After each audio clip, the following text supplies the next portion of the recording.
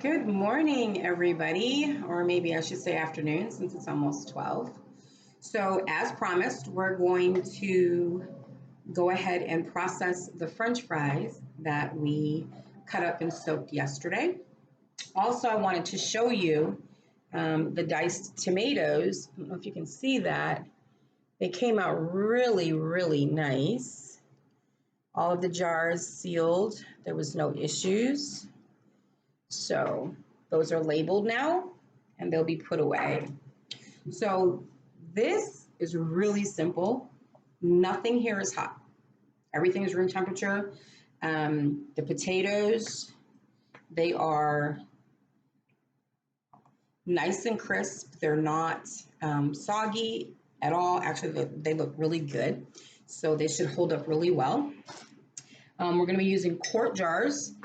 I actually am going to use Redmond's salt for this. The quart jars, I'm going to use just about a teaspoon in each jar. However, I'm not going to do what I did yesterday. I'm going to do a couple of jars, see where we're at. If I need to add more, then I will. So we're just going to I'm putting just under a teaspoon per jar. Because remember, you're going to rinse these off when you get ready to use them anyway. So I just said I wasn't going to do that, didn't I? It's just salt. Okay, I can always put it back in the container. My jars are clean. So now you're just going to pack these in here. I mean, you can try to be all nice and neat and have them all standing up, and which I'll try, but there's no guarantee that'll happen. And it's a lot easier to just use your hand to get them in there versus the funnel. So yeah, I definitely don't think we're gonna get 5 quarts in here. Oh, shoot.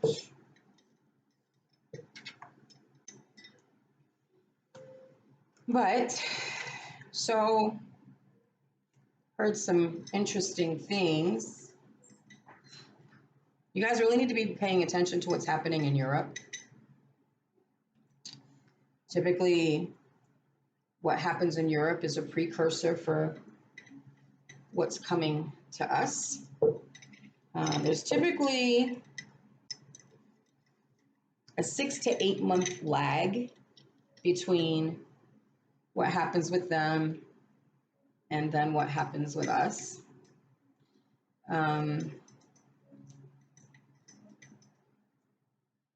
See if I can find some of these smaller ones. But apparently over the weekend, people were standing in line. That one's too big. We're standing in line for 3 days.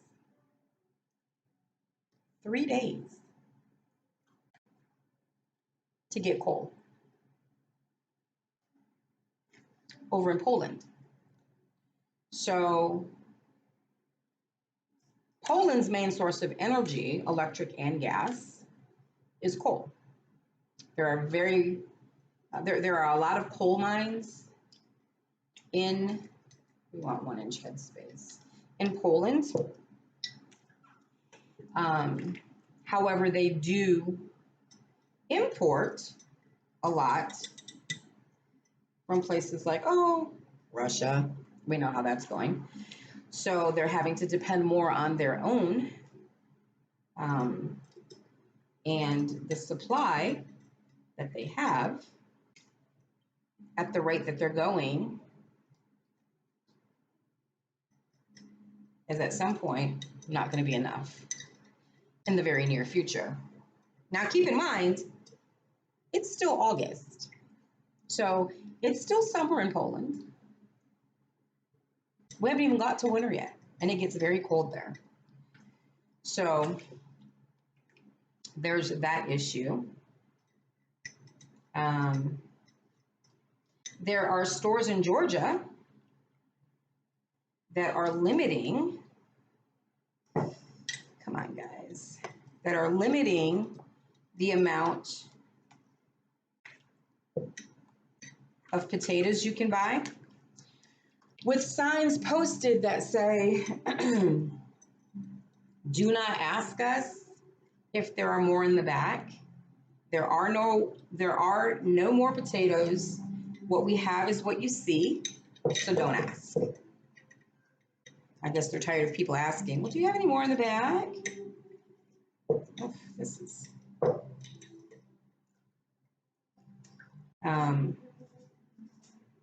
so get your spuds, guys. Getting canned up. Maybe we will use all 5 quarts. I have some sliced up as well that are, they'll soak until tomorrow. I just cut them up this morning. So I will do some with just potatoes, and then I will do some, I'll add some onions. So if I want to just fry up some potatoes and onions, we'll have that. Pulled some more tomatoes this morning so I can do something with those last 3 or 4 potatoes I had, or tomatoes I had left yesterday. I think the ones I think I'm gonna probably can those. I'll cut them in half, and I think I'll can those that way instead of dicing them, just so that there's a different type of variety on the shelf.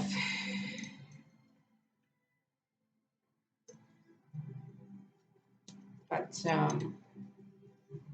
don't know, maybe we will get all this. That's gonna be a lot of air down in that corner right there.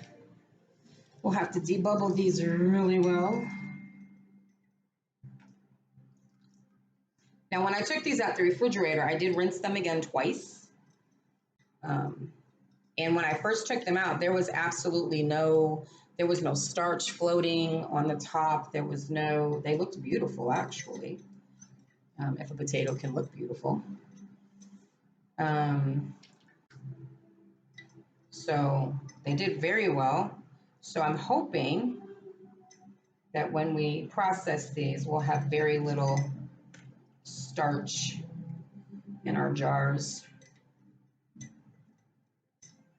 I was at Meijer yesterday, out in Adrian, and I noticed their baking section has again gotten smaller, and there's still really no supply going on there. So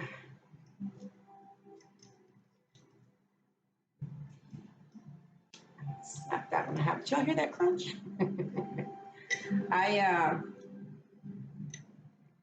It just seems to me,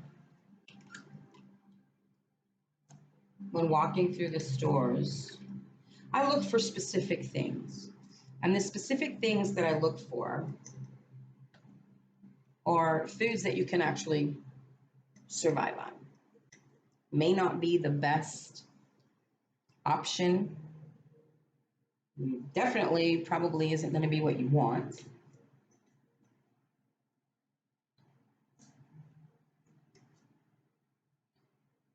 But it will keep you going. It'll keep your babies full. And so I look for those things. And what I've noticed is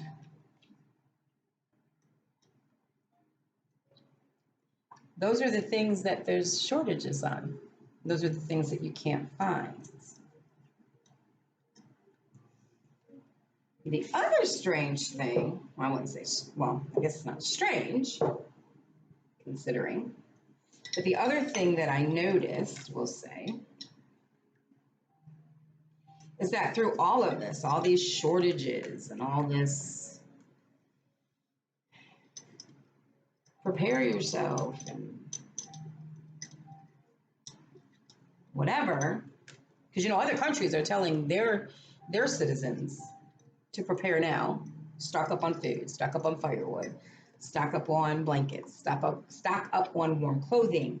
Other countries are warning their citizens, but ours aren't saying a word.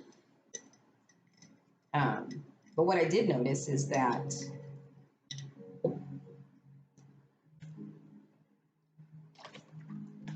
doesn't seem to be a shortage on alcohol.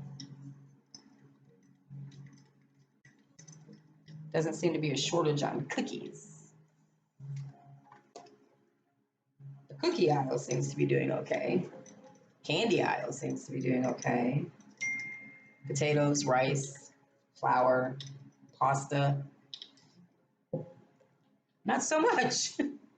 Beans, not so much. I thought that was interesting. I guess they figure if they can keep the world drunk, nobody will notice what they're doing to them. I don't know. So these aren't going to be super neat. I'm just kind of packing them in the best way I can. I guess we did get 5 quarts out of here. Kind of shocked.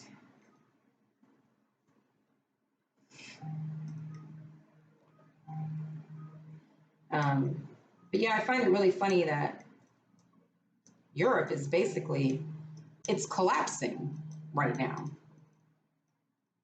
And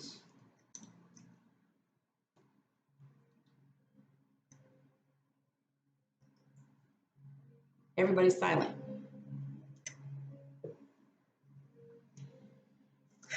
The news is silent. Let me dump this out.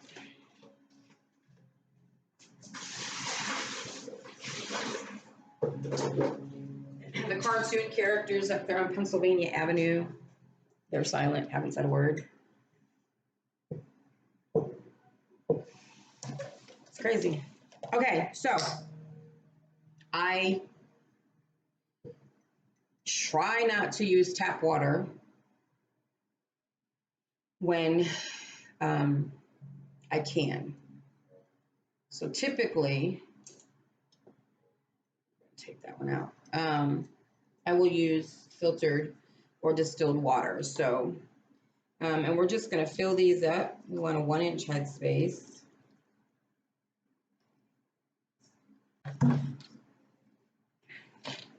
I need to find, whoa. Okay, that was a little full.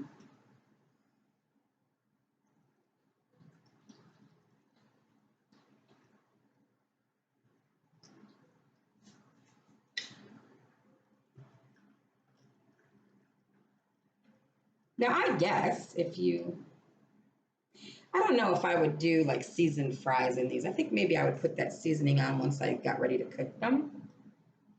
I don't know. I mean, I guess it would work if you really wanted to do that. But I think just the salt and French fries for right now should be sufficient. So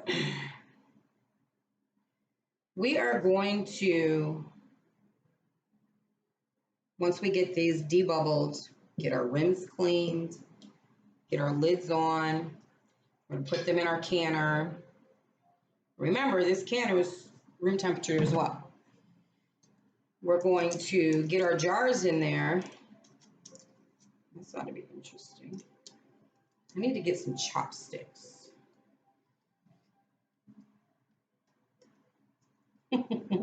For things like this that are so tightly packed.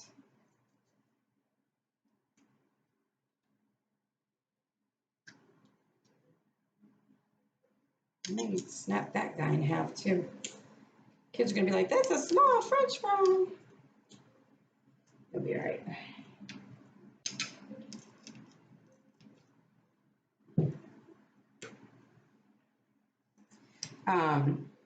So once we get these into the canner, and you are pressure canning these, once you get these into your pressure canner, you're gonna turn the fire on and we're gonna bring the temperature up and the pressure up in the canner and in the jars at the same time. Once you've done that, and then air bubbles. Once you've done that, and you've gotten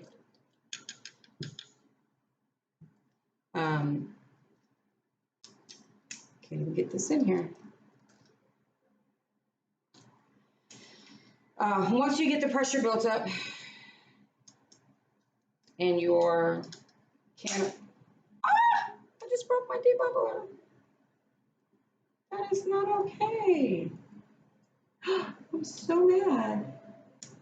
Crap. All right, we gotta dump this one out. Because can't get it out. And then I want to make sure there's no plastic in there. So.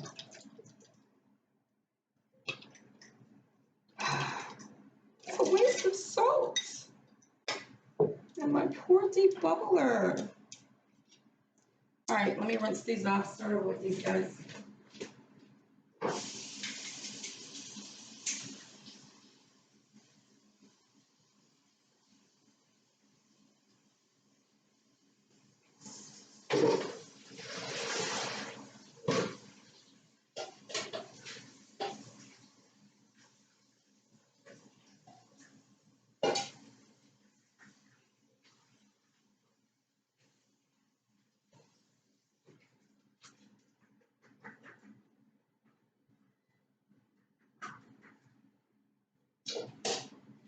Yeah, we definitely need to get some chopsticks. Now I'm mad. I need to get another tool.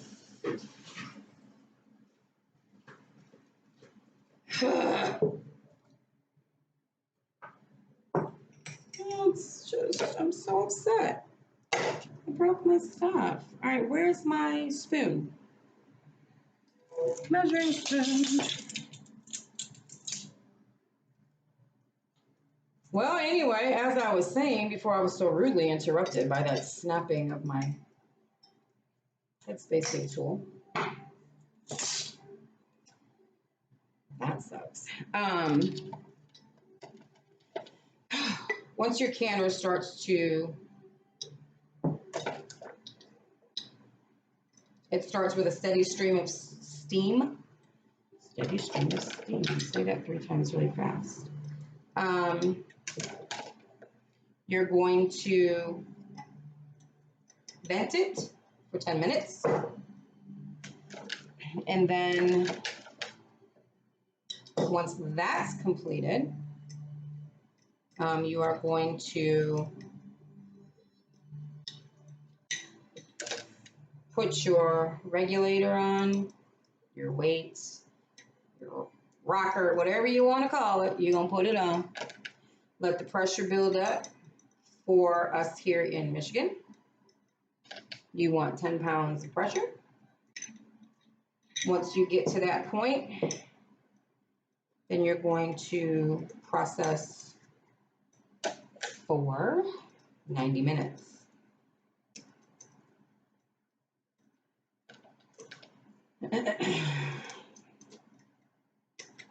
See, that's an air pocket down there.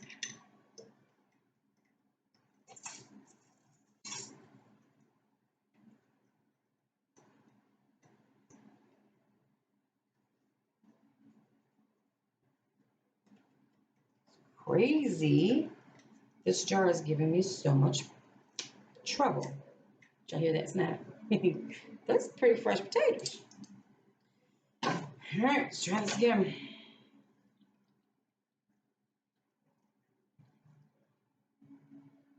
You don't want to use anything metal in here.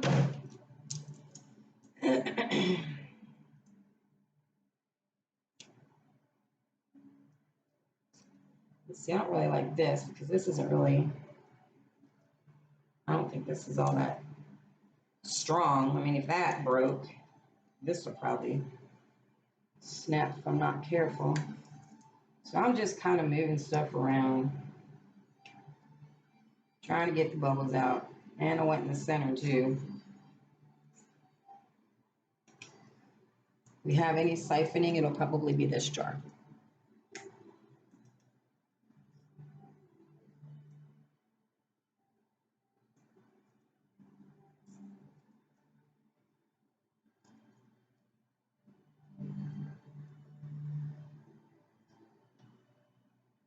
Apparently chopsticks works really good for this. So I'm gonna need to get me some.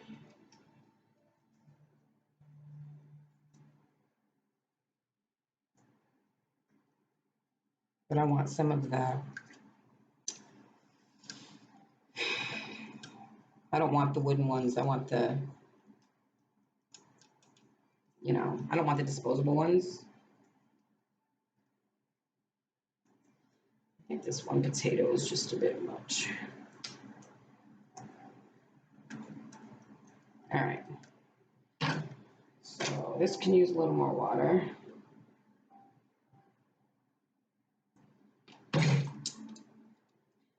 Now my broken headspace tool.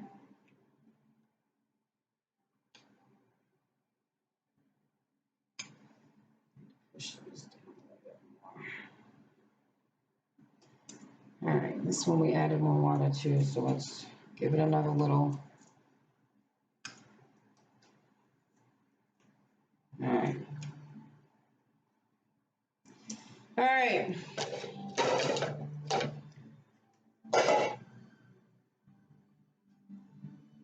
Let's see if I can do this without spilling the vinegar today, guys.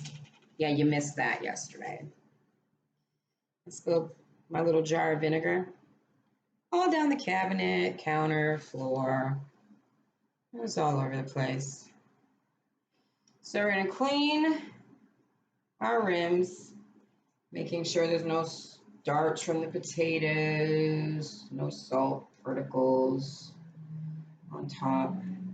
Just giving it a good wipe so that they seal well.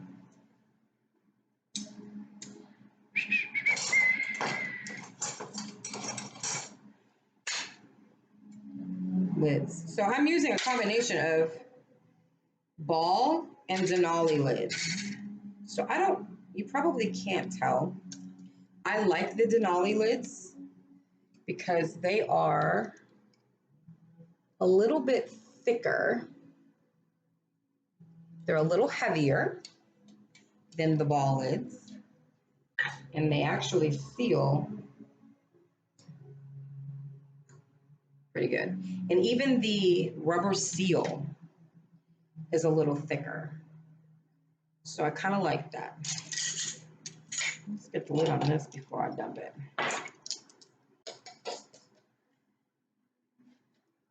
Rings fingertip tight.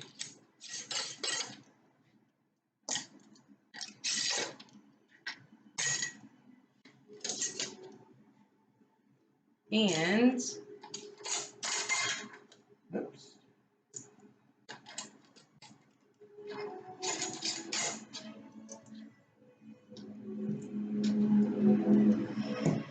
We're going to add vinegar to the canner so that we don't end up with messy jars. Luckily, I was able to scrub these up fairly well, but I can still feel,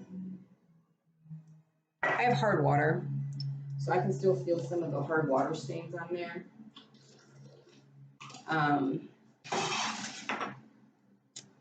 That's nice. I just kicked over the dog food. Super. Great, we'll have to clean that up. So for whatever reason, I always remember to put it in my pressure canner and I always forget to put it in my water bath canner. Go figure, right? All right, so we're gonna set these down in there.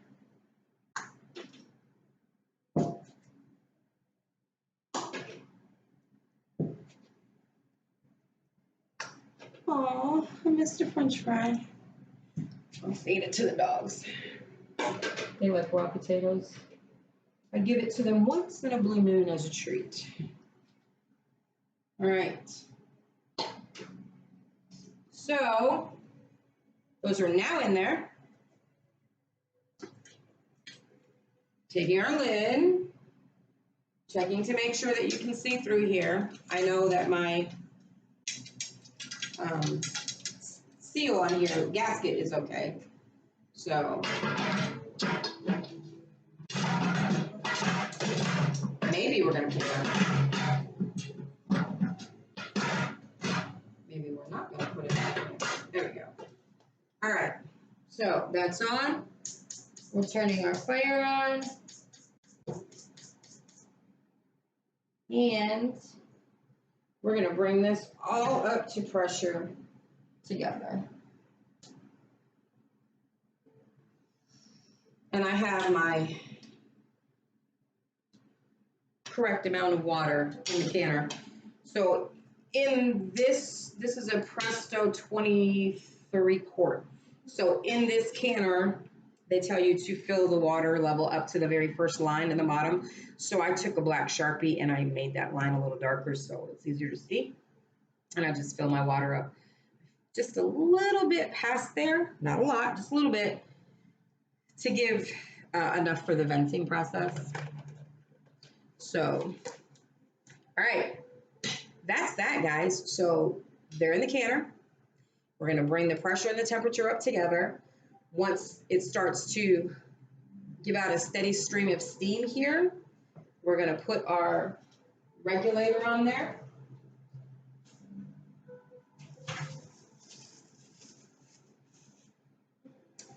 We're gonna let the pressure build up to 10 pounds of pressure. Put the regulator, or I'm sorry, after it vents, we put the regulator on, let it build up to 10 pounds of pressure, adjust your fire to maintain that 10 pounds of pressure. And then we are going to process for 40 minutes. At the end of that 40 minutes, turn the fire off. If possible, move your canner off of the hot eye, and then carefully, because you don't want to shake it around and stuff. And don't drag it. Don't ever drag your canner. You'll damage it.